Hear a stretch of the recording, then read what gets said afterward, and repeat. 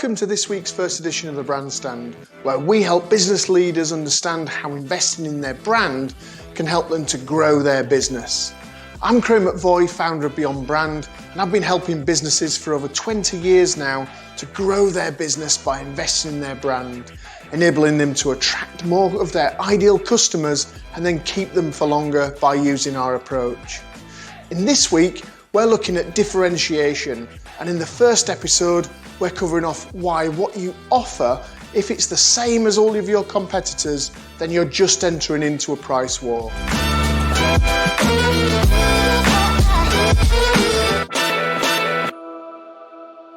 So how do you actually describe what your differences are? Well, when we speak to CEOs, we know that in fact they will tell us that they are completely different from their competition in that they are much better. But when pressed as to why, that's when things become a little more tricky. So in days of old, people would have used the marketing mix in order to explain what makes them different. But the problem is now that most of these are pretty much a ticket to the dance. They're the same for everybody now. But let's have a look at what's included in the marketing mix, because it's evolved over the years. So it started with 4 particular areas that were classed as product, price, place and promotion. So let's just delve a bit deeper there. The product, obviously what it is that you're selling. Is that any different from the competition, or is that exactly the same? Are there any features, any benefits, any elements to the product that could be any different? The price is obviously a fundamental consideration. So, are you cheaper than the competition? Are you more expensive? Are you luxury? Are you budget? Where is it that you are actually considered in terms of at a price point? The place is where you actually sell what it is that you do, whether that's a product or service. Where can people buy it from? And the promotion are the elements that you use in order to promote that product. What are your routes to market that you use in terms of promoting that? And those were the key 4 elements that were around from 1960, in fact, with E.J. McCarthy. And then 3 others came to the forefront in 1981 from Booms and Bittner, and they were process, people, and the physical evidence. So the process, of course, is the way in which you go, the steps you go through in order to purchase that product or in order to have it marketed. The people are the people involved in bringing that to market. And the physical evidence is how it feels when you go through that process. So when you're going through those processes, what's the evidence showing you that your product is living up to the expectation of the customer? And then a further one was added, an 8th has been added, which is about the performance. So what does it do for your business in terms of the performance of the brand equity, the customer equity, how loyal customers are? What's it delivering in terms of performance to your bottom line? We'll argue now that there's probably a 9th to fit into there, which is, what's your purpose? Why do you exist?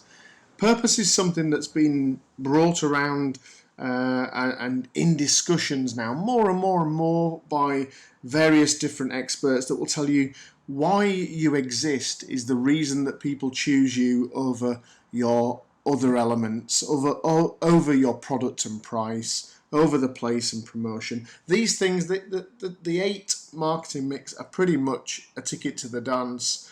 Now, if you don't have these, you're probably not even in the consideration, or that you are being chosen because of one of these. Price plays a big factor in that, as does availability. So where does your product sit in terms of fulfilling the marketing mix, and have you benchmarked it against that? But also, have you looked at what your purpose is as a business, and who in your customers finds that purpose a match to what they believe in? The second part of that is something that we call Me Too. And actually, a Me Too brand is somebody who is just the same as the competition. So if we were describing a company, we sell mobile phones, people may say, oh, so you like Apple then? Or so you like Samsung then? Probably less likely to say, so you like Apple then, because Apple has got so many other factors that it's tied its brand value to, but they will consider you the same as, they'll try and put you into the same kind of bucket as everybody else. And the 4 questions that we ask CEOs when we start working with them is, do you hold a position in the market that is uniquely yours?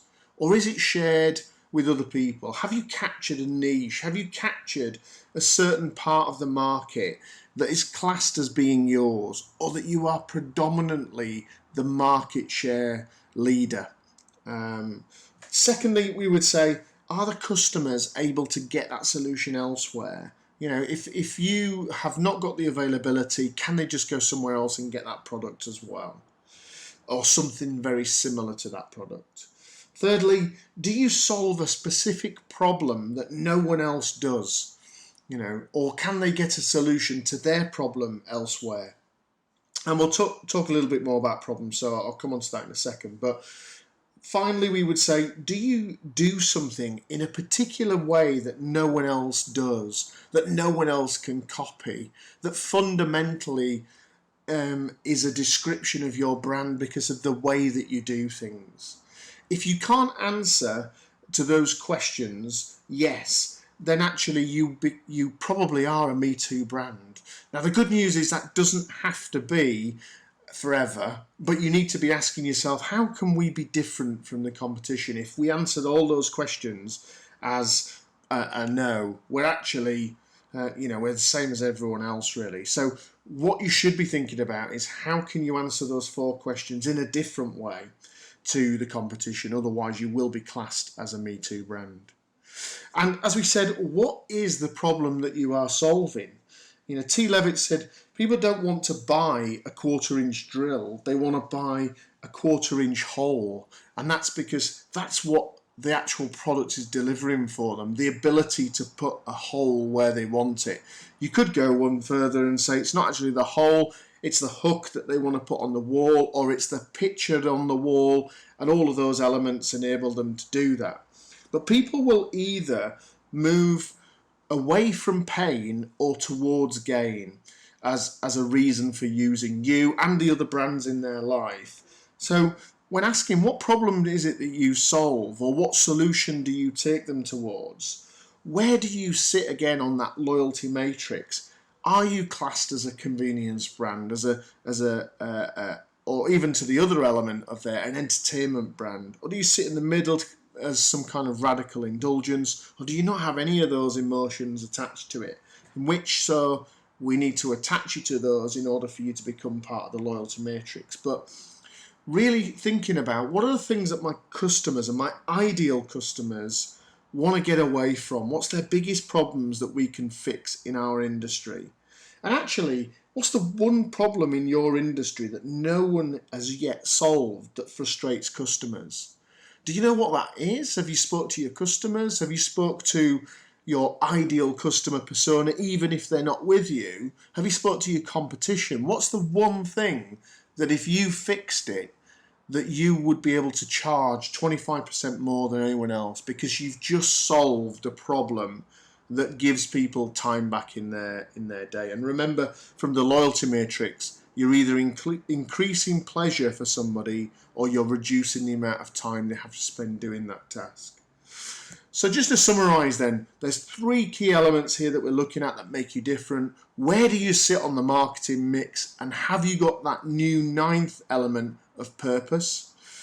Are you a Me Too brand? Are you able to answer those questions with a confident yes? Or have you got 4 no's and you're sat there thinking, we're just the same as everyone else, really?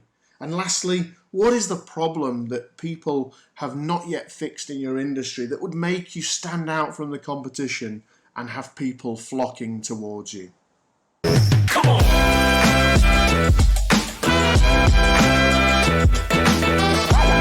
Look out for the next exciting episode of the Brandstand this week, where we'll be looking at why looks are not important and other lies. In the meantime, if you want to attract more customers and then keep them for longer, click the link below to access a recent presentation that we did on Brand 101, covering the foundations of what makes a successful brand. See you next time. Take care.